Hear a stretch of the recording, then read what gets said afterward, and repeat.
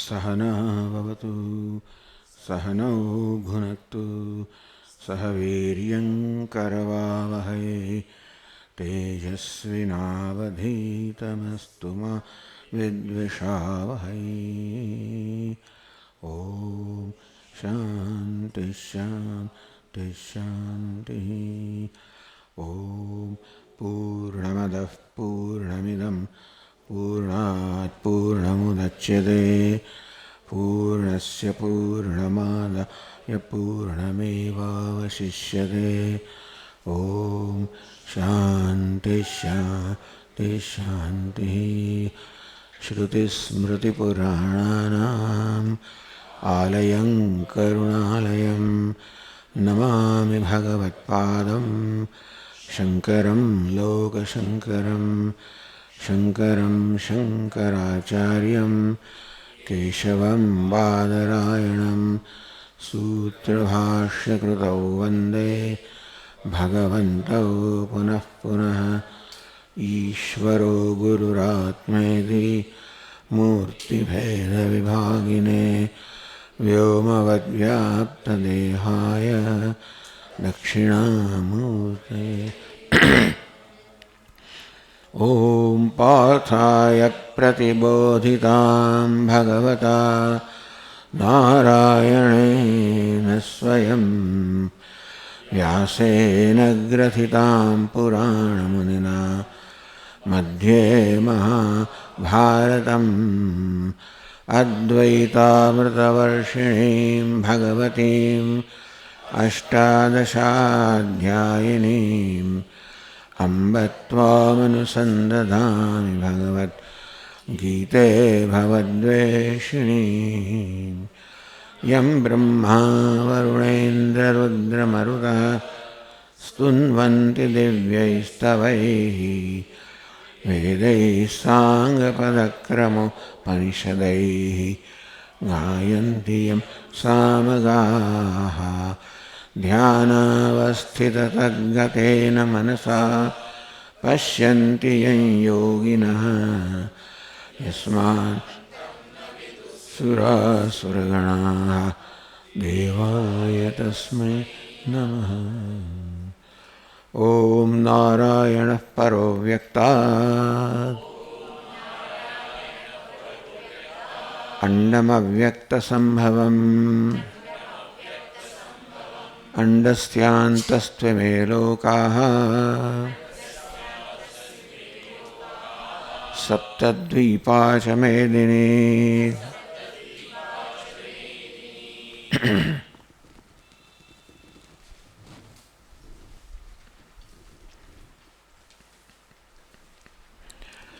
यज्ञार्थात् कर्मणोऽन्यत्र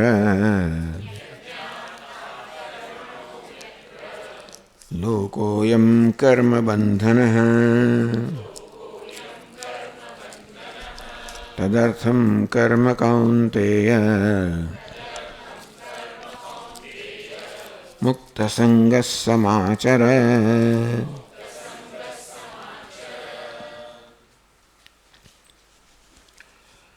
यज्ञार्थात् अन्यत्र कर्मणः। यज्ञार्थात् अन्यत्र यज्ञनी भावना थी करेला कर्म सिवाय नु कर्म कर्मणः लोकोयम कर्म बंधनः। यज्ञनी भावना थी એટલે કે નિસ્વાર્થ ભાવના થી નિષ્કામ ભાવના થી થયેલા કર્મ કરતા અન્ય એટલે કે સકામ ભાવના થી સ્વાર્થ પ્રેરિત કર્મ થી લોકોયમ કર્મ બંધનઃ એ કર્મ છે એ બંધન રૂપ બને છે। કહ્યું તે પ્રમાણે કર્મની પાસે સ્વાર્થ છે એ સ્વાર્થ બંધન રૂપ બને છે। ખરેખર તો બંધન રૂપ બને છે કારણ કે સ્વાર્થને પોષવાની અને આ પ્રયત્નમાં સ્વાર્થમાં વૃદ્ધિ થતી જાય છે અને આ સ્વાર્થ આપણું બંધન કરનારો છે। કારણ કે સૌથી પહેલાં એ જ ઊભો થતો હોય છે મનમાં કે કર્મ કરવા જઈએ ત્યારે। અને સ્વાર્થ એટલે હંમેશા માંગનારો કન્સ્યુમર। આપણા પૂજ્ય સ્વામી ભાષામાં કહીએ તો કન્સ્યુમર કન્ટ્રીબ્યુટર અને કન્સ્યુમર। આ સ્વાર્થ કોણ કેવો છે? કન્સ્યુમર છે। અને અન્ય યજ્ઞાર્થ, યજ્ઞ કેવો છે તો કન્ટ્રીબ્યુટર છે. આપણે માટે જ્યારે પણ નાનું મોટું કર્મ કરીએ ત્યારે ભગવાન નથી કહેતા કે મારે યજ્ઞ કરો એને જ કર્મ કહેવાય. જે કંઈ નાનું મોટું કર્મ આપણે દિવસ દરમિયાન કરતા હોઈએ એ બધા જ કર્મને આપણે યોગ બનાવી શકીએ.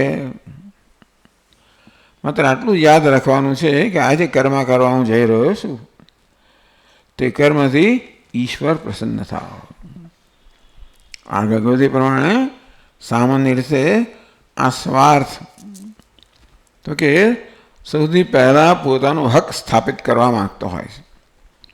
જે કરવા આપણે ઈચ્છીએ એમાં સ્વાર્થ ઈચ્છતો હોય છે કે એને પોષણ મળે. એ ભાવના જે આપણા મનમાં જન્મે, એ વૃત્તિ જન્મે, એ વૃત્તિને આપણે દબાવવી પડે. તો એ વૃત્તિનું નિયંત્રણ કરવું પડે, વૃત્તિને દબાવવી પડે અને એને સ્થાને આ નિસ્વાર્થતાની વૃત્તિને આપણે સ્થાપવવી પડે. આ કામ આપણે સતત કરવાનું હોય. અને કર્મ એટલે શું? દિવસ દરમિયાન નાનું જે કંઈ કર્મ આપણે કરતા હોઈએ, દેહથી, વાણીથી, મનથી જે કંઈ કરતા હોઈએ એ કર્મ જ હશે.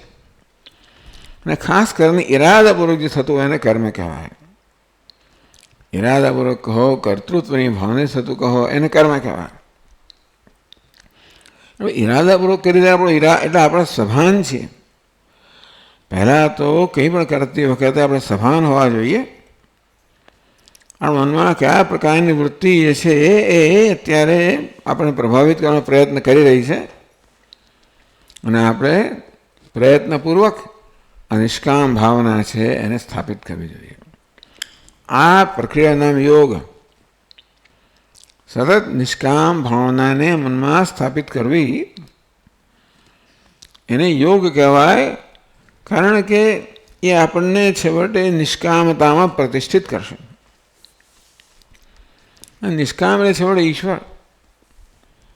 એક જ એવી હસ્તી છે જગતની અંદર જેને કોઈ પ્રકારની કામનાની આવશ્યકતા નથી. ભગવાન પોતે કહેશે જ, મેં પાર્થાસ્ય કર્તવ્યમ ત્રિષુ લોકેષુ કિંચન. એ પાર્થ, ત્રણેય લોકમાં એવું કંઈ જ નથી જે મારે કરવાનું હોય, કારણ કે કશું જ મેં પ્રાપ્ત ન કર્યું એવું નથી. એટલે નિસ્વાર્થતા એટલે ઈશ્વર. આમ ઈશ્વરને યાદ કરીએ તો વધારે સારું, પણ ન કરીએ તોય પણ આ નિષ્કામ ભાવને સ્થાપિત કરીએ એટલે આપણે ઈશ્વર સાથે સંવાદિતામાં છે.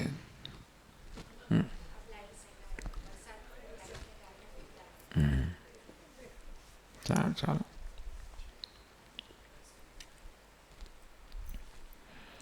તદર્થમ કર્મ કૌંતેય, હે કૌંતેય, તદર્થમ યજ્ઞાર્થમ, યજ્ઞની ભાવનાથી એટલે ઈશ્વરને સમર્પણ કરવાની ભાવના. યજ્ઞ કયો ભગવાને? માત્ર નિસ્વાર્થતા નથી કે યજ્ઞ કયો. યજ્ઞમાં પૂજન આવી ગયું. દેવતા છે, દેવતાનું પૂજન આવી ગયું યજ્ઞની અંદર. એટલે કે ઈશ્વરની આરાધના છે. આગળ જતા 18મા અધ્યાયમાં ભગવાન કહે છે કે ભાઈ જે કર્મ કરે ઈશ્વરની આરાધનાથી કરે. આમ પ્રત્યેક કર્મને ઈશ્વરની આરાધના બનાવવી, એ રીતે ઈશ્વર આપણા જીવનમાં પ્રધાન સ્થાન પામે. અને જે કરતા હોઈએ એને પ્રસન્ન કરવા માટે કરીએ. અને ઈશ્વરને હંમેશા શ્રેષ્ઠ વસ્તુ જ અર્પણ થાય. તેથી કોઈ કર્મ આપણે અધર્મથી કરી ન શકીએ, કંઈ ઈશ્વરને સ્વીકાર્ય નથી.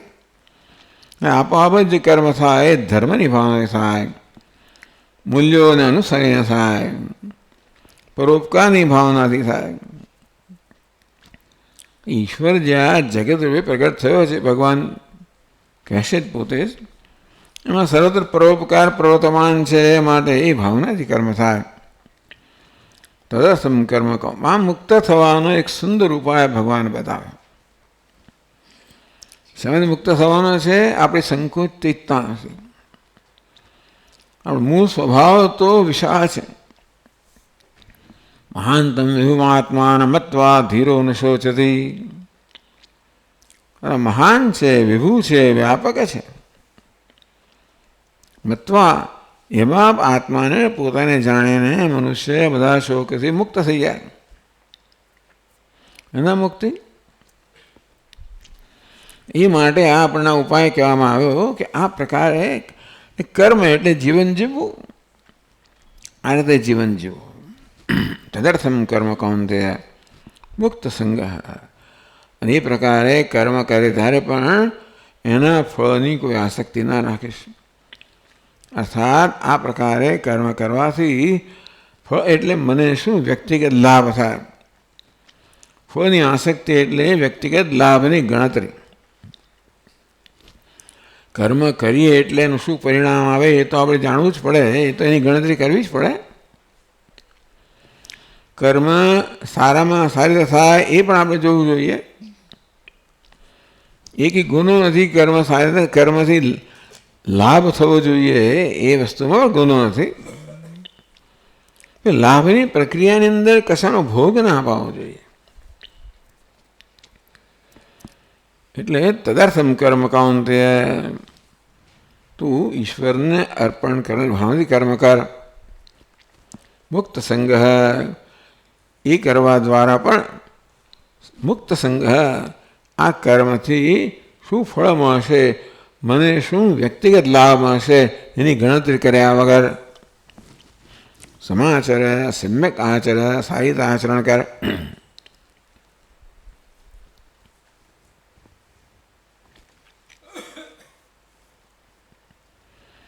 હવે આગળના શ્લોકમાં કહે છે ભાષ્યકાર ઇતશ્ચ અધિકૃતેન કર્મ કર્તવ્યમ સહ ઇતિ.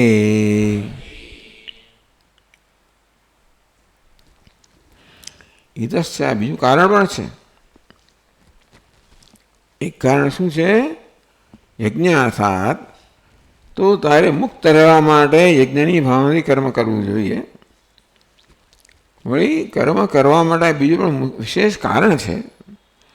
ટૂંકમાં નિષ્ક્રિયતાને ક્યાંય સ્થાન નથી.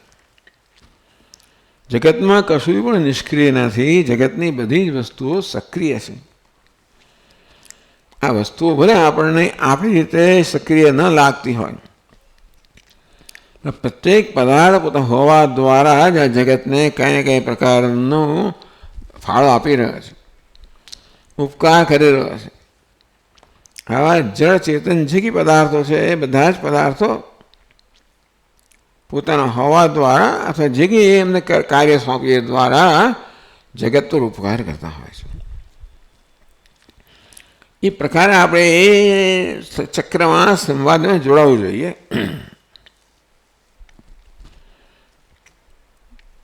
તો ઇતશ્ચા બીજું પણ કારણ છે અધિકૃત એને અર્થાત કર્મની જવાબદારી જેની છે. અધિકૃત એટલે અધિકારી, ટૂંકમાં જેની જે માટેની જવાબદારી હોય. તો વેદના કહેવા પ્રમાણે તો પ્રત્યેક મનુષ્ય ભિન્ન જવાબદારી લઈને જન્મ્યો છે. અને પછી જીવનમાં આપણું શું સ્થાન છે? પતિ હોય, પત્ની હોય, પુત્ર હોય, પુત્રી હોય, પિતા હોય, માતા હોય, નાગરિક હોય, જે કે સ્થાન આપણું હોય. પૂજ્ય સ્વામી શબ્દમાં કહીએ તો આપણે સતત રોજ ભજવતા હોઈએ છીએ, વેશ ભજવતા હોઈએ છીએ. પ્રત્યેક કર્મ કરીએ ત્યારે કોઈને કોઈ પ્રકાર દરેક સંજોગોમાં આપણે કોઈને કોઈ વેશ ભજવતા હોઈએ. પિતાનો વેશ ભજવતા હોઉં, પુત્રનો વેશ ભજવતા હોઉં, મિત્રનો વેશ ભજવતા હોય, માતા હોય, પુત્રી હોય, મિત્ર, ટૂંકમાં દરેક સ્ત્રી પુરુષ દરેક સંજોગોમાં કોઈને કોઈ વેશ ભજવી રહ્યું હોય છે. બસ એ વેશને અનુરૂપ કર્મ કરવું. એ વેશને આપણે બને એટલો ન્યાય આપવો. ટૂંકમાં આપણને છાજે એ પ્રકારે એ વેશનું દ્વારા આચરણ કરવું જોઈએ. અને એટલું સહેલું નથી હોતું કે બધા વેશને આપણે ન્યાય આપી શકીએ. આમ તો દરેક વેશ આપણી પાસે પૂર્ણ પ્રકારના ત્યાગની અપેક્ષા રાખતો હોય છે. પત્ની એટલે શું? બધો ત્યાગ કરવો પડે, પતિએ બધો ત્યાગ કરવો પડે. મુખ્ય અર્થમાં જો આપણે વેશને ન્યાય આપવો હોય તો મનુષ્ય જે સર્વ વેશ ભજવે છે સવારથી રાત સુધી, એ પ્રત્યેક વેશમાં કોઈને કોઈ પ્રકારના ત્યાગની અપેક્ષા છે. અને આપણને જરાક વસવું પડે છે. તો આવું કેવું ભગવાને રચ્યું છે કે આપણે ત્યાગ જ કરવો પડે?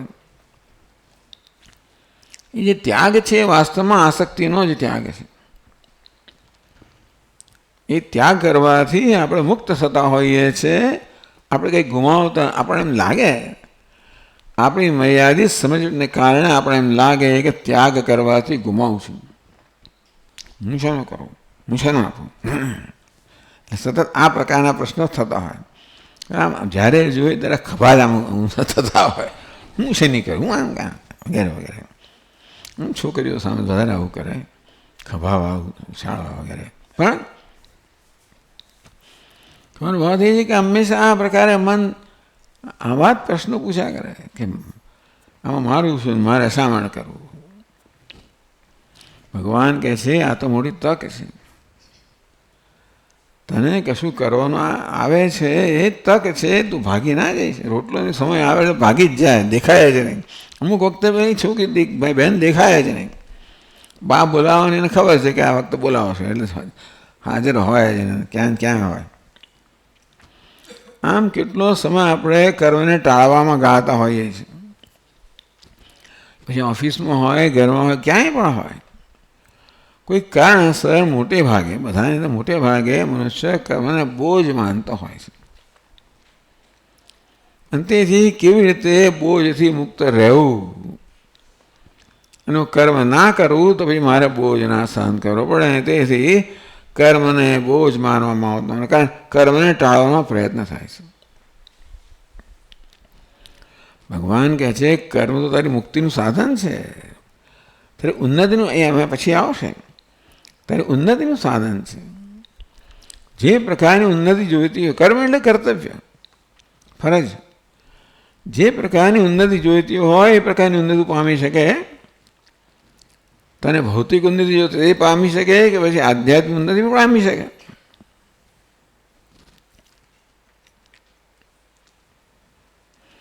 માટે તદર્થમ કર્મ કૌંતેય મુક્ત સંઘ સમાચ નિર્વર્તય. મુક્ત સંઘ કર્મફળ સંઘ વર્જિત સન્ન. કર્મફળની આસક્તિમાંથી મુક્ત થઈને તાર કર્મને સારી રીતે કર. ઇતસ્ય બીજું કારણ પણ છે કે અધિકૃતેને આપણે જે સ્થિતિમાં હોઈએ તે, જે વેશ ભજવવાનો હોય તે આપણો અધિકાર કહેવાય. પિતાનો વેશ ભજવવાનો છે, માતાનો, પુત્રનો, પુત્રીનો, નાગરિકનો, સાહેબનો, પછી એનો મદદનીશ હોય, આસિસ્ટન્ટ હોય, જે હોય તે. આમ પછી ભલે ને કોઈ પટાવાળા હોઈએ, દરેક વેશ ભજવવાનો છે. અને કોઈ આમ જોવા જઈએ તો કોઈ વેશ બીજા વેશ કરતાં ઉતરતો નથી કે ચડિયાતો નથી. એટલા માટે દરેક વેશ આપણે ગૌરવપૂર્વક ભજવી શકીએ. ભારતમાં એવું નથી. ભારતમાં ઊંચ નીચ બધું એટલું થઈ ગયું છે ને, એટલે અમુક કામ એટલે ઊંચું કામ ને અમુક કામ એટલે નીચું કામ, એવું પહેલેથી થઈ ગયું છે. જાતિ આવી એટલે એક જાતિનો માણસ ઊંચો અને એ કર્મ કરે ઊંચું, બીજી જાતિનો માણસ નીચો, એ કરે કર્મ નીચું વગેરે. પણ જે નથી ત્યાં આવા કોઈ જાતના મનની અંદર ક્યાં ઊંચું નીચું હોતું નથી કે પેલો કર્મ, એટલે દરેક બહુ ગૌરવથી રહેતું હોય છે.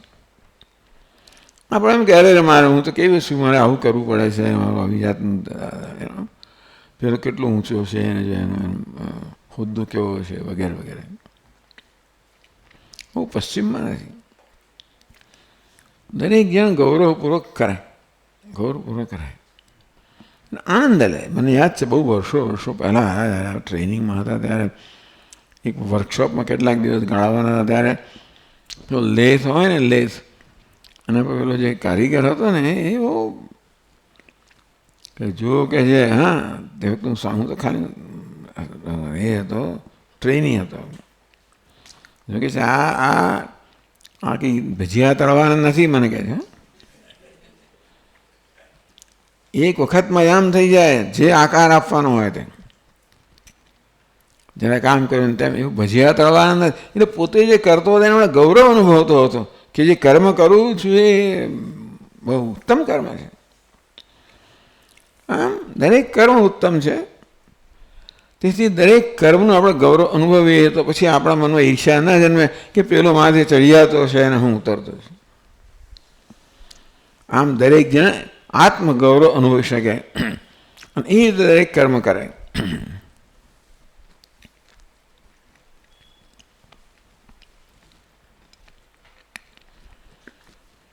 તો ભાષ્યકાર કહે છે કે આ બીજું કારણ ભગવાન આપે છે 10મા શ્લોકમાં, જેને કારણે પોતાને ભાગે આવતું કર્મ હોય એ આપણે કરવું જોઈએ. સહ યજ્ઞા પ્રજા સૃષ્ટવા પુરોવાચ પ્રજાપતિ અનેન પ્રસવિષ્યધ્વમ એષવોસ્ત્વિષ્ટ કામધુક.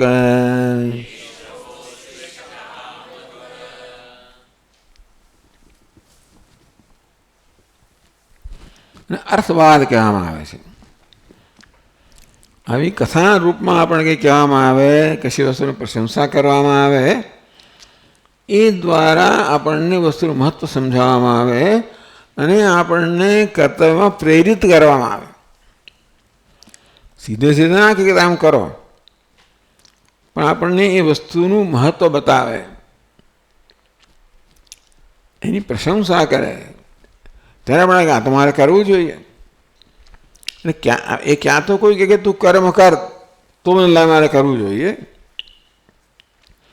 અથવા તો જે કર્મ છે એને એની પ્રશંસા કરવામાં આવે, એની મહત્તા ગાવામાં આવે,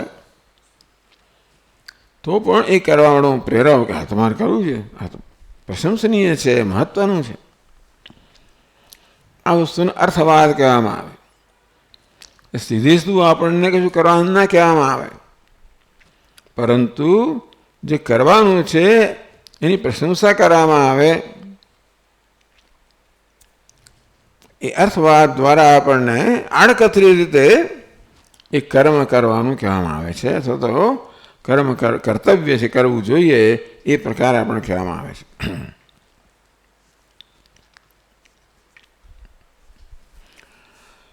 તો આ બીજું કારણ કહે છે ભગવાન, જે પરથી પણ સિદ્ધ થાય છે કે આ દરેક અધિકાર તો દરેક છે જ, અને દરેક પોતા અધિકાર પ્રમાણે વેશ પ્રમાણે કર્મ કરવું જોઈએ. સહયજ્ઞ પ્રજા એટલે કથા કહે છે આપણને. સહયજ્ઞ પ્રજા સૃષ્ટવા, પ્રજા એટલે કે મનુષ્યને ઉત્પન્ન કરીને પ્રજાપતિ પુરા ઉવાચ. પ્રજાપતિએ તો બધાને ઉત્પન્ન કર્યા છે. જ્યારે મનુષ્યને ઉત્પન્ન કર્યો છેલ્લે, ત્યારે પ્રજાપતિને કંઈ કહેવાની જરૂર પડી. મનુષ્ય સિવાયના જે કંઈ પ્રાણીઓ જન્મ આપવામાં આવ્યો, એ બધાનો જ એ પ્રકારની સૂઝ મૂકવામાં આવી કે હવે એમનું શું કર્તવ્ય છે અને કઈ રીતે આ જગતની સંવાદિતામાં એમણે કર્મ કરવું કે જીવવું, એટલે એ તો એમનામાં મૂકેલું જ હતું. પણ એને કારણે એમનું ઉન્નતિ ના થાય, એટલે મનુષ્યની ઉન્નતિ થાય એ માટે ભગવાને મનુષ્યને આ ફ્રી વિલ, સ્વતંત્ર સંકલ્પ શક્તિ, કર્તુમ શક્યમ અકર્તુમ શક્યમ અન્યથા વા કર્તુમ શક્યમ, કર્તુમ શક્યમ આ પ્રકારે કરવું, અકર્તુમ શક્યમ ના કરવું, અન્યથા વા કર્તુમ શક્યમ મને ફાવે એ રીતે કરવું. આ પ્રકારની સ્વતંત્રતા મનુષ્યને દરેક કર્મ, આને આપણે ફ્રી વિલ કહીશું કે સ્વતંત્ર સંકલ્પ શક્તિ કહીશું. બીજા કોઈ જીવોમાં આવી સ્વતંત્રતા નથી. એટલે આ શેને માટે મનુષ્યને આપી, જેથી આ પ્રકારના ફ્રી વિલનો, સ્વતંત્ર સંકલ્પ શક્તિનો, સદુપયોગ કરીને મનુષ્ય પોતાનું કલ્યાણ કરી શકે. આ સ્વતંત્ર સંકલ્પ શક્તિના સદુપયોગથી મનુષ્ય પોતાને તારી શકે, એના દુરુપયોગથી મનુષ્ય પોતાનું પતન પણ આણી શકે. ભગવાને સ્વતંત્રતા આપી જાય ત્યારે જોડે જોડે જવાબદારી પણ આપી કે દરેકે દરેક સંજોગમાં આપણે નક્કી કરવાનું છે શું કરવું, શું ના કરવું અને કેમ કરવું. એ નક્કી કરવાની આપણે સ્વતંત્રતા આપી ત્યારે જોડે જોડે એ યોગ્ય રીતે થાય અને ધર્મ એટલે જગતની સંવાદિતાને અનુરૂપ થાય એ કરવાની આપણી જવાબદારી છે. હવે જગતની સંવાદે અનુરૂપ કર્મ કરવું હોય તો ભાઈ આપણી સ્વતંત્ર ઈચ્છાઓ કામ ના લાગે. મને આમ રીતે કરવાની ઈચ્છા થાય જેથી મને વધારે લાભ થાય, પછી બરાબર નથી તો મને લાભ થતો હોય કે ન થતો હોય પણ એ યોગ્ય છે માટે કરવું. કરવું છે માટે કરવું નહીં, પરંતુ યોગ્ય છે માટે કરવું. એટલે આપણા સ્વામીજી કહે કે દરેક સ્થિતિમાં આ પ્રકારે આવો વિકલ્પ હોય છે. I like to do what is right to do. I like to do. મને કરવું ગમે, અથવા what I like to do, what is right to do. અને શું કરવું યોગ્ય છે. બસ દરેક સંજોગોમાં મનુષ્યને આ પ્રકારનો વિકલ્પ હોય છે. અને શું કરવું ગમે અને શું કરવું યોગ્ય છે. આ વસ્તુ મનમાં ઠસાવવા માટે આ કથા કહેવામાં આવે છે કે પુરા સહયજ્ઞા પ્રજા સૃષ્ટવા પ્રજાપતિ ઉવાચ. સૃષ્ટિના પ્રારંભમાં અથવા તો મનુષ્યની ઉત્પત્તિ થઈ ત્યારે પ્રજાપતિએ મનુષ્યને આ પ્રકારે ઉપદેશ કર્યો. અને ન પ્રસવિષ્યદ્વમ એશવો સ્તુષ્ટ કામધુક. પ્રજાપતિએ યજ્ઞનું સર્જન કર્યું. કર્મનું સર્જન એટલે યજ્ઞનું સર્જન કર્યું. અર્થાત સમર્પણની ભાવનાથી કર્મ નામ યજ્ઞ. તો પ્રજાપતિ આ સમર્પણની ભાવના ઉત્પન્ન કરી, મનુષ્યને ઉત્પન્ન કર્યા ત્યારે જોડે જોડે આ સમર્પણની ભાવના પણ ઉત્પન્ન કરી. બીજા બધા જીવન ઉત્પન્ન કર્યા ત્યારે એમનામાં સ્વર્ણ ભાવના મૂકેલી હતી એટલે એમને કંઈ કહેવાની જરૂર નહોતી. પણ મનુષ્યને સ્વતંત્ર સંકલ્પ શક્તિ આપી છે. દરેક સંજોગોમાં પસંદગીની સ્વતંત્રતા આપી છે. એ શક્ય છે કે મનુષ્ય પોતાની સ્વતંત્રતાનો દુરુપયોગ પણ કરે. એ મનુષ્યને કહેવાની જરૂર છે કે તું આમ કર અને આમ ના કરીશ. વેદમાં વિધિ અને નિષેધ. વિધિ એટલે આમ કરો, નિષેધ એટલે આમ ના કરો. આવું કહેવાની માત્ર મનુષ્યની જરૂર છે કે આમ કરી તારું કલ્યાણ થશે, આમ કહીશો તારું પતન થશે. અને તેથી પ્રજાપતિએ મનુષ્યનું સર્જન કર્યું ત્યારે મનુષ્યને આ પ્રકારે કહ્યું કે જોડે યજ્ઞનું સર્જન કર્યું. સમર્પણની ભાવનાથી થતા કર્મ યજ્ઞ કહેવાય. એટલે કે સમર્પણની ભાવનાનું પણ સર્જન કર્યું. અને મનુષ્યને કહ્યું અને એના પ્રસવિષ્યધ્વમ. આ યજ્ઞથી, આ યજ્ઞની ભાવનાથી તમે તમારી ઉન્નતિ કરો, તમે વૃદ્ધિ પામો. પ્રસવિષ્યધ્વમ એશવો સ્તુષ્ટ કામધુક. આ તમારી કામધેનુ બની રહો. કામધુક એટલે કામધેનુ. કામધેનુ એટલે જે કામના કરીએ પૂરી કરે એને કામધેનુ કહેવાય. તો પ્રજાપતિએ આ યજ્ઞનું સર્જન કરીને મનુષ્યને કહ્યું આ યજ્ઞ છે ને તમારી બધી ઈચ્છાને પૂરી કરનારો નીવડો. બોલો.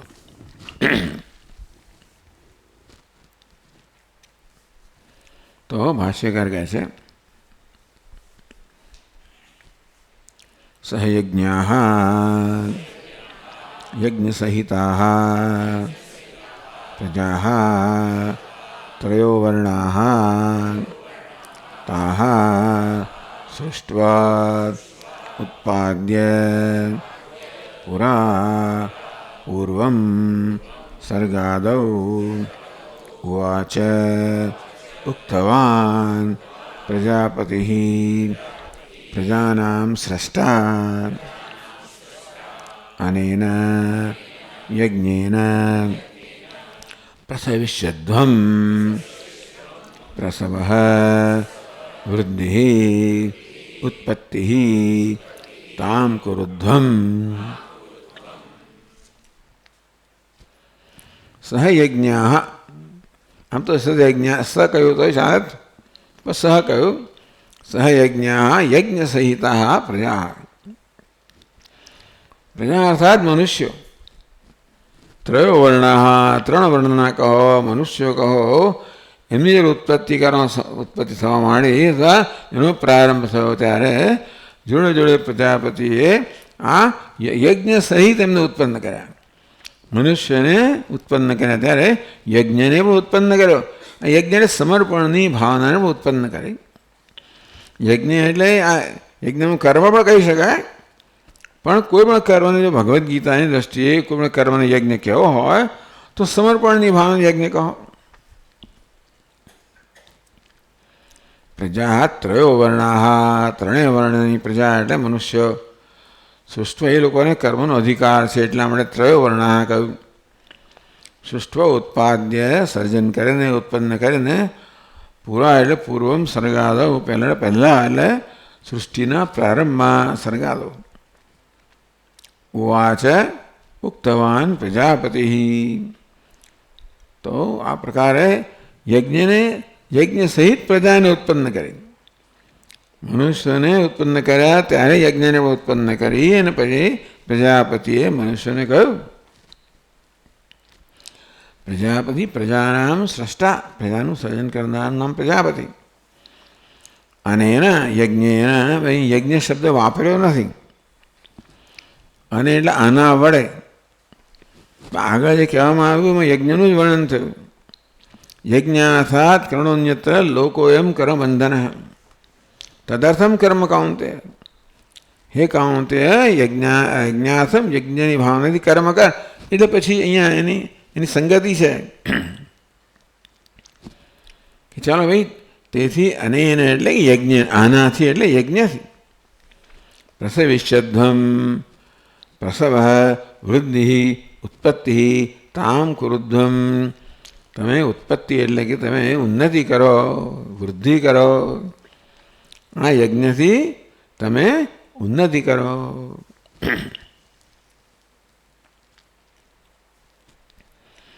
તો યજ્ઞથી શું લાભ થાય કહે છે. એષ યજ્ઞ વહ યુષ્માકમ અસ્તુ ભવતુ ઇષ્ટકામધુક ઇષ્ટાન અભિપ્રેતાન કામાન ફલવિશેષાન દોગ્ધે ઇતિ ઇષ્ટકામધુક. એષ વહ ઇષ્ટકામધુક. એષ આ એટલે કે યજ્ઞ. યુષ્માકમ વહ યુષ્માકમ તમારા માટે ભવતું બની રહો. ઇષ્ટકામધુક ઇષ્ટાન અભિપ્રેતાન કામાન ઇષ્ટાન કામાન દુગ્ધિ ઇષ્ટકામધુક.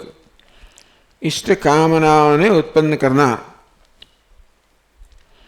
ઇષ્ટાન અભિપ્રેતા ઇષ્ટ એટલે ઈચ્છિત. હે મનુષ્યો તમે જે કંઈ ઈચ્છો એટલે ઈચ્છાઓ પૂર્ણ કરનારા યજ્ઞ બની રહો. ઇષ્ટાન અભિપ્રેતાન કામાન તમારા મનમાં જે ઈચ્છા હોય એ પ્રકારની કામનાઓ છે. કામનાઓ એટલે ફળ વિશેષણ. તમે જે વિશેષ વસ્તુ ઈચ્છતા હો ફળ વિશેષણ એ પૂરી કરનાર, એ ઈચ્છા પૂરી કરનાર આ યજ્ઞ બની રહો. આ યજ્ઞ છે તમારી બધી ઈચ્છા પૂરી કરનારી કામધેનુ બની રહો. કામધુક એટલે કહ્યું ને ઇષ્ટ ફલ વિશેષણ દોગ્ધિ ઇષ્ટકામધુક. ઇષ્ટ એટલે ઈચ્છિત, કામધુક એટલે કામનાઓ પૂરી કરનારી. ઈચ્છિત વસ્તુઓની કામના પૂરી કરનારી, ઈચ્છાઓ પૂરી કરનારી આ કામસુખ બની રહો. એટલે કે આ યજ્ઞ છે તમારી બધી ઈચ્છા પૂરી કરનાર બની રહો. બોલો ભાઈ, બહુ મોટી વસ્તુ છે.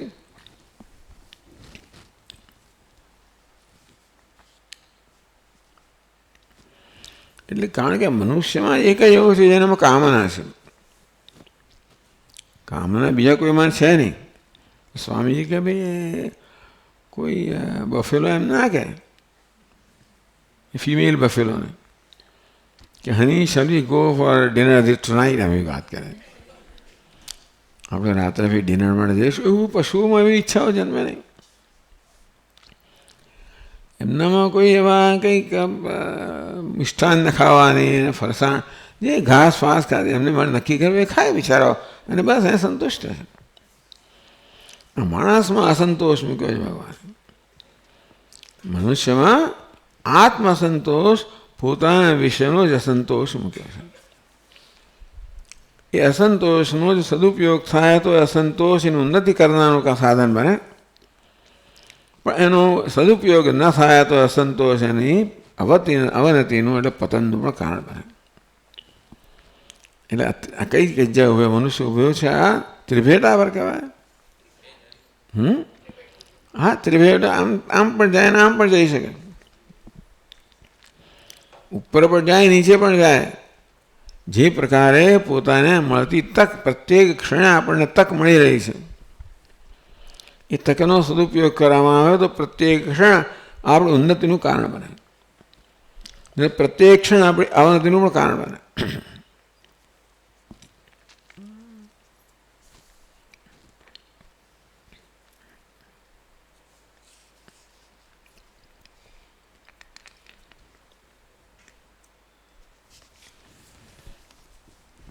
તથા જ આપસ્તંભ સ્મરતી અહીં કહેવામાં આવ્યું. આપસ્તંભ સ્મૃતિમાં કહેવામાં આવ્યું તો યથા આમ્રે ફલાર્થે નિર્મિતે છાયાગંધૌ અનુત્પદ્યેતે એવં ધર્મમ ચર્યમાણાનામ અનુત્પદ્યન્નેવં ધર્મમ ચર્યમાણામ અર્થાઃ અનુત્પદ્યન્તે. ચર્યાણામ અર્થાઃ અનુત્પદ્યન્તે. તમે ધર્મનું પાલન કરો. ધર્મનું પાલન છે એટલે નીતિનું પાલન કરો. એ પ્રકારે કર્મ કરો, તમે લાભ થાય કરો તો કે હા થાય. જેવી રીતે તમે આંબો રોપો અને આંબો ઉગે તો તમને કેરી તો મળે, પણ જોડે જોડે તમને સુગંધ પણ મળે અને છાંયડો પણ મળે. તમારી તો પ્રયોજન તો કેરી માટેનું હતું, એટલા પણ આંબો રોપ્યો. અને તો એ આંબો રોપવાથી જેવી રીતે આ એને શું કહેવાય, બાય પ્રોડક્ટ એટલે આડ પેદાશ પણ મળે તમને, એ લાભ પણ મળે. તમે એને માટે નથી કર્યું, પણ તમને સુગંધ પણ મળે અને છાંયડો પણ મળે. તેવી રીતે તમે ધર્મનું આચરણ કરો તો જોડે જોડે અર્થ પણ પ્રાપ્ત થાય. એવં ધર્મમ ચર્યમાણાનામ અર્થાઃ અનુત્પદ્યન્તે. તો અર્થ એટલે કે સંપત્તિ, એ પણ તમે પ્રાપ્ત થાય. ન છેદ અનુત્પદ્યન્તે ન ધર્મહાનિ. ના થાય તો કંઈ વાંધો નહીં. મેં આટલું જીવનમાં કર્યું ને આટલું ધર્મનું આચરણ કર્યું, મને કશું મળ્યું નહીં. કંઈ ના મળે તો કશું વાંધો નહીં. ધર્મ તો મળ્યો જ તને, પુણ્ય તો મળ્યું જ, મારે તારું કલ્યાણ થયું જ હશે. માણસ બિચારો ધર્મનું પાલન કરે પણ કકળાટ કરતો ખરે, એને કશું મળતું નથી. હિન્દુસ્તાનની અંદર આ ધર્મ બહુ મોટી વસ્તુ છે. એટલે વેદની અંદર ખરેખર આ ધર્મ એ જ એનો મુખ્ય ઉપદેશ છે. ક્રિશ્ચિયાનિટીમાં પ્રેમનો ઉપદેશ મુખ્ય હોય કે ભાઈ ઇસ્લામની અંદર ભાઈચારાનો ઉપદેશ હોય, વેદમાં ધર્મનો મુખ્ય ઉપદેશ છે.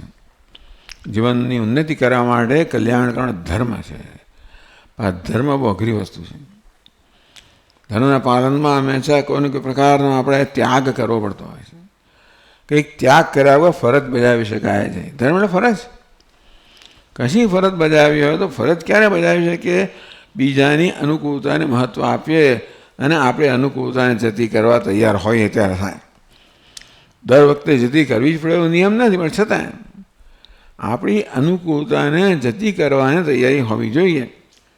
અન્યની અનુકૂળતાને મહત્ત્વ આપવા માટે તો જ આપણે ફરજનું પાલન કરી શકીએ. દીકરો હોય તો માતા પિતા હોય તો એમની અનુકૂળતાને મહત્ત્વ આપવું જ પડે.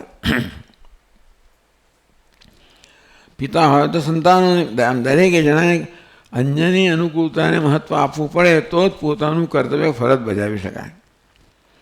આમ ફરજ બજાવવામાં ત્યાગ રહેલો જ છે. એટલે ટૂંકમાં ધર્મમાં ત્યાગ રહેલો છે. એટલે આ વૈદિક સંસ્કૃતિ ત્યાગ પર રચાયેલી છે.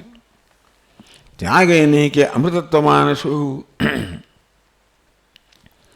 નાનપણથી આપણને ત્યાગ માટેની કેળવણી આપવામાં આવે છે, ટ્રેનિંગ આપવામાં આવે છે. નાનપણથી તારી નાની બેન નામ મને કર, તે કર, એમ કરતાં કરતાં એવું જ આપણે શીખવવામાં આવે. તો એમ કરતાં કરતાં પછી, કારણ કે જીવન ત્યાગનું જ છે. આપણે ત્યાં સંયુક્ત કુટુંબ હોય અને જોડે જોડે તમારે સંવાદિતા જાળવવી હોય તો દરેક જણાએ પોતાનું કર્મ, પોતાનો ફાળો આપવો જ પડે. તો જ આખી જે સંવાદિતા જળવાઈ શકે ને. કુટુંબ પણ એક વ્યવસ્થા છે ને. એ વ્યવસ્થામાં તો સંવાદિતા જળવાય જ્યારે વ્યવસ્થાના જે કોઈ અંશ હોય એ પોતપોતાનો ફાળો આપે.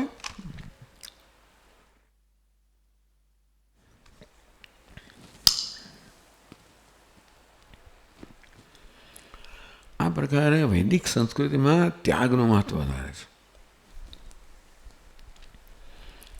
અને ધર્મનું આચરણ કરવું હોય તો ત્યાગ રહેલો જ છે. ધર્મને ફરજ, આપણે ફરજ બજાવીએ તો આપણી અનુકૂળતાને આપણે ગૌણ ગણવી પડે. અને જેના પ્રત્યે આપણી ફરજ હોય, મા બાપ પ્રત્યે હોય, સંતાનો પ્રત્યે હોય, જેના પ્રત્યે હોય, એની અનુકૂળતાને પ્રાધાન્ય આપવું પડે અને આપણી અનુકૂળતાને ગૌણ ગણવી પડે. ઘણીવાર આપણી અનુકૂળતાનો ત્યાગ કરવો પડે એમની અનુકૂળતા સાચવવા માટે. આ તો બધાના અનુભવનો જ પ્રશ્ન છે. અહીંયા અનુભવનો જ વિષય છે. ખાસ કરીને ભારતમાં સ્ત્રી વર્ગને તો ખાસ જ એમનું જીવન તો ત્યાગ પર જ રચાયેલું છે. એની એ પ્રકારની, કારણ કે પુરુષ વર્ગમાં એટલી બધી કંઈ સંવેદનશીલતા હોતી નથી. એટલે પોતાને શું લાભ મળી રહ્યો છે એની સંવેદનશીલતા બહુ ઓછી હોય છે. એ લોકો આરામથી લાભ લેતા હોય છે. અને જે વળતો તમારો ઉપકાર કરવો જોઈએ કે તમારે, એ તો ઘરે નથી બજાવવામાં આવતી હોતી. અને એક વ્યક્તિ એક પક્ષ છે એને લાભ મળતો જ જાય, બીજા પક્ષને ત્યાગ થતો જ જાય. એમ કરીને આ શું થતું હોય છે તો કે શોષણ થતું હોય છે. ઇનસેન્સિટિવિટીને કારણે, સંવેદનશીલતાના અભાવને કારણે કોઈનું કોઈ શોષણ થતું હોય છે. અને મોટે ભાગે આ સ્ત્રી વર્ગ હોય, જે કંઈ ને નબળો વર્ગ હોય એમનું શોષણ થાય. દુનિયામાં એવો છે જ બધું. અને એ લોકો બોલે નહીં પણ અંદરથી તો એ લોકોની લાગણી દુભાયા જ કરતી હોય. એટલે ધર્મ જે છે શેના માટે છે? આપણી ઉન્નતિ કરવા માટે છે, આધ્યાત્મિક ઉન્નતિ માટે છે. પરંતુ એને મળે જે પ્રકારનો સ્પિરિટ કે જે પ્રકારની ખરેખર વૃત્તિ હોવી જોઈએ, ભાવના હોવી જોઈએ, એ ન હોવાને કારણે ધર્મના પાલનમાં વ્યક્તિઓ મોટે ભાગે નબળો વર્ગ જે હોય એ લોકોનું શોષણ થતું જ હોય છે. અંદરથી એ લોકો બીજા સોરવાતા હોય, જે થતું કહેવાતું હોય તે હર્ટ. એટલે 50-55 વર્ષ ટૂંકમાં એક મને માતાજી કે વાત, હું કશું કરવા ન તમે કહી દઉં સ્વામીજી, આ મેં કરી લીધું, કશું કરવાનું નથી, હવે મેં બહુ કર્યું. કારણ કે આવું આટલા વર્ષો એમ શોષણ થયું છે અને પેલી બાજુની કોઈ પ્રકારની સંવેદનશીલતા હોય નહીં. નથી જોતી, હું નથી કહેવા માગતો, ઘણી વાર નથી હોતી, પણ ક્યારેક હોય છે ખરી. એટલે એવા હોય છે ને, બધા સંવેદન રહિત નથી હોતા છતાં. એટલે આ કર્તવ્યમાં, ધર્મ, ફરજમાં આવી સંભાવના છે કે એક પક્ષનો લાભ લેવા શોષણ થતું હોય. અને એના ભોગે બીજા પક્ષને લાભ થતો હોય આવું. એટલે ધર્મ કર્તવ્ય છે એ આપણા વૈદિક સંસ્કૃતિનો કે વૈદિક શાસ્ત્રોનો મુખ્ય ઉપદેશ ધર્મ છે. અને આ ધર્મ મનુષ્યનું ઉન્નતિ કરવા માટે સક્ષમ છે. એમાં ત્યાગ રહેલો છે. ત્યાગથી જ ઉન્નતિ થાય. ત્યાગ એટલે સ્વાર્થનો ત્યાગ. એટલે અન્યની અનુકૂળતા માટે પોતાની અનુકૂળતાનો ત્યાગ બહુ મોટી વસ્તુ છે. એમ કરતાં કરતાં માણસ ખરેખર તો યોગી બની જાય. આ યોગ છે. જો એને હેલ્ધી એટલે કે સરખી રીતે કરવામાં આવે તો, નહીતર એ મનુષ્યનું નુકસાન કરનારું નીવડે. હિન્દુસ્તાનમાં હમણાં નુકસાન જ થતું હોય છે કે બહુ કોઈને એ લોકોની ઉન્નતિ થતી દેખાતી નથી. એવી તો મોટાઓ છે એ નાના માટે ત્યાગ કરતા હોય છે. મોટો ભાઈ હોય નાના ભાઈ માટે વગેરે થતું હોય છે. હવે આપણી લાગણી હોય ને, માતા પિતા હોય સંતાનો માટે, મોટો ભાઈ હોય નાના માટે વગેરે, અને એ રીતે પછી એનો એ પ્રકારનો વળતો પ્રત્યુત્તર મળતો હોય તો બરાબર છે. નહીં તો શું થાય, પહેલાં ધીમે લાભ લેતા જાય. એમ કરતાં કરતાં હર્ટ ઘવાયની લાગણી અંદર જન્મતી જાય. ચાલો હવે આ તો શેને મળે, પણ ટૂંકમાં આ ભગવાન જે ઉપદેશ કરે છે ને એ ધર્મનો ઉપદેશ કરે છે. ધર્મમાં ત્યાગ રહેલો જ હોય છે. એ ત્યાગ પણ જો વિવેકપૂર્વક કરવામાં આવે તો જ એ ત્યાગ આપણી ઉન્નતિનું કારણ બને, સાધન બને. એ ત્યાગ વિવેકપૂર્વક ન થાય તો એ ત્યાગ આપણે વાસ્તવમાં આપણને નુકસાન કરનારો નીવડે. એટલે જીવનના અંતે ઘણા બધા લોકો બિચારા હવે તો નુકસાન થયેલું હોય છે. લાગે દુહાયા જ કરે. એટલે પણ આપણી સંસ્કૃતિ છે, વૈદિક સંસ્કૃતિ છે, એનો આ ત્યાગ છે. એ ત્યાગ ફરજના રૂપમાં, કર્તવ્ય રૂપમાં આવતો હોય છે. એ જ ઉત્પન્ન કર્યું પ્રજાપતિ સયજ્ઞ. યજ્ઞ એટલે આ સમર્પણ, આત્મસમર્પણ. યજ્ઞ એટલે આત્મસમર્પણ, જે કઈ રીતે થતું હોય ને. પુરોવાચ અને પ્રસવિષ્યધ્વમ એશો સ્વિષ્ટ કામદુક. આત્મસમર્પણ જે ત્યાગ છે, પ્રજાપતિ કહે કે એ તમારા માટે તમે ઉન્નતિ પામો, એ તમારી બધી ઈચ્છાઓ પૂરી કરનારી કામધેનુ બને.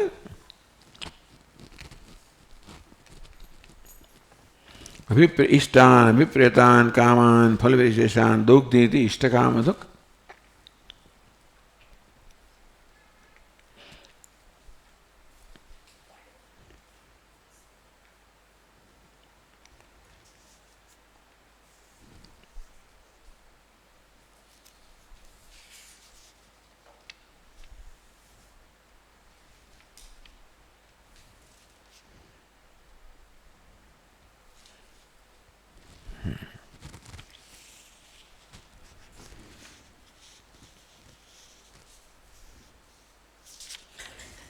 આમાં કહે છે ભાષ્યકાર, કથમ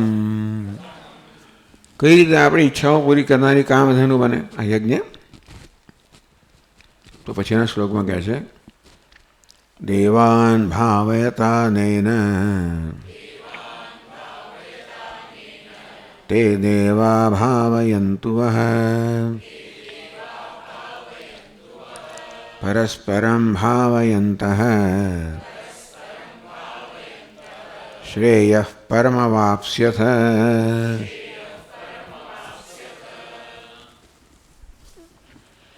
દેવાન ભાવયત અનેન. પ્રજાપતિ મનુષ્યોને કહે છે, અનેન દેવાન ભાવયત. અનેન એટલે આ યજ્ઞથી તમે દેવતાઓને સંતુષ્ટ કરો.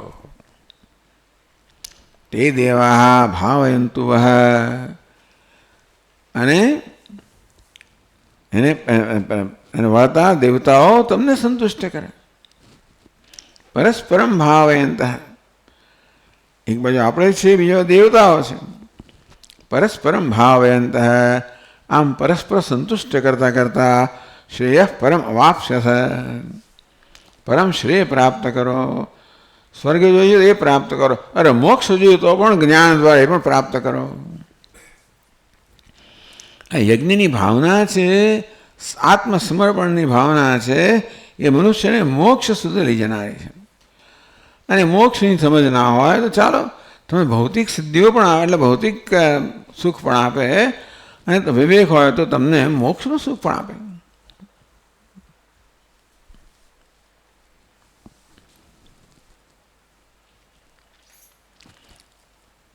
દેવાન ઇન્દ્રાદીન ભાવયત વર્ધયત અનેન યજ્ઞેન તે દેવાઃ ભાવયન્તુ આપ્યાયન્તુ વૃષ્ટ્યાદીનાં વહ વૃષ્ટ્યાદીનાં કે વૃષ્ટ્યાદીનાં वृष्टानि ठीक है. एवं परस्परम अन्योन्यम भावयन्तः श्रेयः परम मोक्षलक्षणं ज्ञानप्राप्तिक्रमेण अवाप्स्यथ स्वर्गं वा परम श्रेयः अवाप्स्यथ. અનેન દેવાન ભાવયત, આ યજ્ઞ દ્વારા તમે દેવતાઓને સંતોષ પમાડો. ઇન્દ્રાય સ્વાહા વરુણાય સ્વાહા એમ કરતા આહુતિ આપણે આપીએ તો આ યજ્ઞ દેવતા છે, આહુતિઓને તે દેવતાઓને લઈ જતા હોય છે. એ પ્રકારે યજ્ઞમાં જે આહુતિ આપી હોય, યજ્ઞ તો જાણે કે ભગવાનના યજ્ઞને બહુ વ્યાપક વ્યાખ્યા કરી અહીંયા આગળ. એટલે દરેક કર્મ યજ્ઞ બની રહે. એ કર્મ આપણે આહુતિ આપવાનું સાધન બની રહે. તેથી દેવતાને ઉદ્દેશ્યને આપેલી આહુતિને યજ્ઞ કહેવામાં આવે. તો તમે આ રીતે દેવતાઓને, હવે દેવતાઓની અંદર આપણે વધુ ગણવું જોઈએ. વાસ્તવમાં 5 પ્રકારના અહીંયા લોકો છે જેમનો ઉપકાર આપણે પ્રાપ્ત કરીએ છીએ, જેમના પર વળતો ઉપકાર આપણે કરીએ. એટલે 5 યજ્ઞની વાત છે અહીંયા આગળ. દેવયજ્ઞ છે, પિતૃયજ્ઞ છે, ભૂતયજ્ઞ છે, બ્રહ્મયજ્ઞ છે અને નૃયજ્ઞ છે. એટલે 5 પ્રકારના જીવો પાસેથી આપણે ઉપકાર પ્રાપ્ત કરીએ છીએ. અને જીવનમાં 5 પ્રકારના જીવોને વળતો ઉપકાર કરવાની વ્યવસ્થા આપણે કરવી જોઈએ, આપણા જીવનમાં હોવી જોઈએ. અને એટલે દેવ શબ્દ છે એ ઉપલક્ષણ છે. દેવ પણ આવી જાય, પિતૃ પણ આવી જાય, પછી મનુષ્ય પણ આવી જાય, પશુ પણ આવી જાય અને ઋષિઓ પણ આવી જાય. કારણ કે આ 5 પ્રકારના જીવો પાસે આપણે સતત ઉપકાર પ્રાપ્ત કરીએ છીએ અને આપણે વળતો ઉપકાર કરવો જોઈએ. એટલે આ યજ્ઞ દ્વારા 5 પંચમહાયજ્ઞ કહેવામાં આવ્યા. આ 5 મહાયજ્ઞ થવા જોઈએ જીવનમાં, જ્યાં કંઈક દેવતાઓને સમર્પિત થાય, કંઈક ઋષિઓને સમર્પિત થાય, કંઈક અન્ય આપણા સમાજના બીજા સભ્યોને સમર્પિત થાય, જીવજંતુઓને વૃક્ષ વનસ્પતિને સમર્પિત થાય અને ઋષિઓને સમર્પિત થાય. ઋષિઓને શાસ્ત્રના વેદના કે શાસ્ત્રના અધ્યયન દ્વારા, દેવતાઓને આવી આહુતિ દ્વારા, બીજા જીવોને એમને જે જોઈતું હોય આપવા દ્વારા. એટલે આ બધું આપણી સંસ્કૃતિમાં ભણાયેલું છે. સવારના પરમાં માણસ નીકળે ત્યારે લોટ લઈને, એટલે એ પેલા વૃક્ષની આસપાસ આમ લોટ વેરતો હોય એટલે પેલી કીડી મંકોડા જીવજંતુઓને મળે. આપણે ત્યાં દક્ષિણ ભારતમાં તો જે સાથિયા પૂરે એ પણ ચોખાના લોટથી પૂરે. એ પણ બધા કીડીઓ વગેરેને પ્રાપ્ત થાય. આપણે તો જાણે કે કાચના લોટથી કરીએ છીએ, પેલું ચોખાના લોટથી કરે. આપણા જીવનમાં બીજા લોકોનું હિત પણ વણાઈ ગયું હોવું જોઈએ, કારણ કે આપણું હિત એમના વડે થતું હોય છે. એટલે એક જેને સિમ્બાયોટિક્સ કહેવામાં આવે છે અંગ્રેજીની અંદર, પરસ્પરમ ભાવયંત, પરસ્પર સંતુષ્ટ કરતાં કરતાં તમે ઉન્નતિ પામો. તમે ભૌતિક ઉન્નતિ પામો અથવા આધ્યાત્મિક ઉન્નતિ પામો.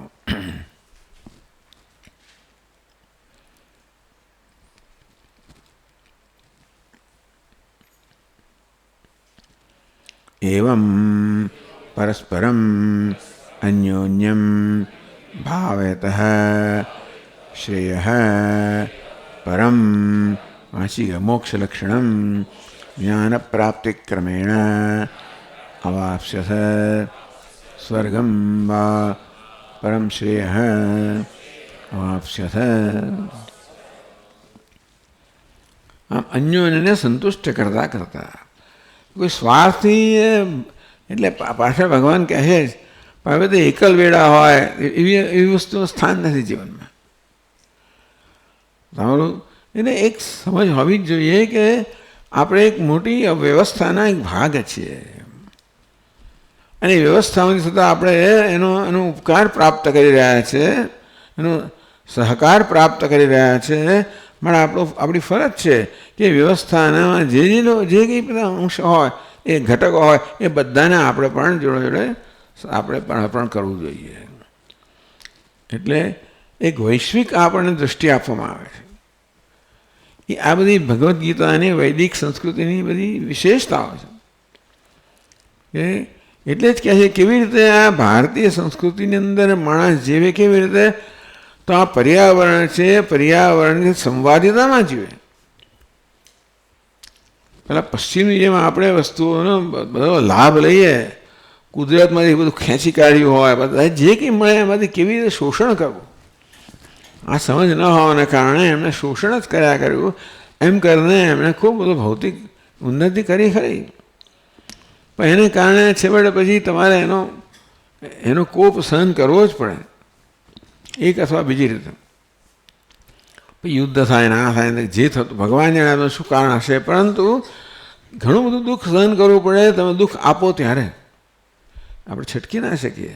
એટલે આપણે કંઈ કહેતા નથી કે તમારા કર્મનું ફળ છે કે શું છે, પણ કહેવાનો વાત એ છે કે આપણે આ પ્રકારનું જીવન જીવ્યા હોઈએ જ્યાં આપણે અન્યને નુકસાન કરવાનું કે અન્યને પીડા પહોંચાડવાનું જ કારણો બન્યા હોઈએ તો છેવટે એક અથવા બીજી રીતે આપણને આપણી આ માનવ જાતિના પેઢીઓને પીડા થવાની જ છે. ચાલો પછી આપણે આગળ જોઈશું. ઓમ પૂર્ણમદઃ પૂર્ણમિદં પૂર્ણાત પૂર્ણમુદચ્યતે પૂર્ણસ્ય પૂર્ણમાદાય પૂર્ણમેવાવશિષ્યતે. ઓમ શાંતિ શાંતિ શાંતિ. શંકરં શંકરાચાર્યં કેશવં બાદરાયણં તો વંદે ભગવन्तौ પુનઃ પુનઃ. ઈશ્વરો ગુરુરાત્મેતિ મૂર્તિભેદવિભાગિને વ્યોમવદ્વ્યાપ્તદેહાય દક્ષિણામૂર્તયે નમઃ. ઓમ શાંતિ શાંતિ શાંતિ. હરિ ઓમ. શ્રી ગુરુભ્યો નમઃ. હરિ ઓમ.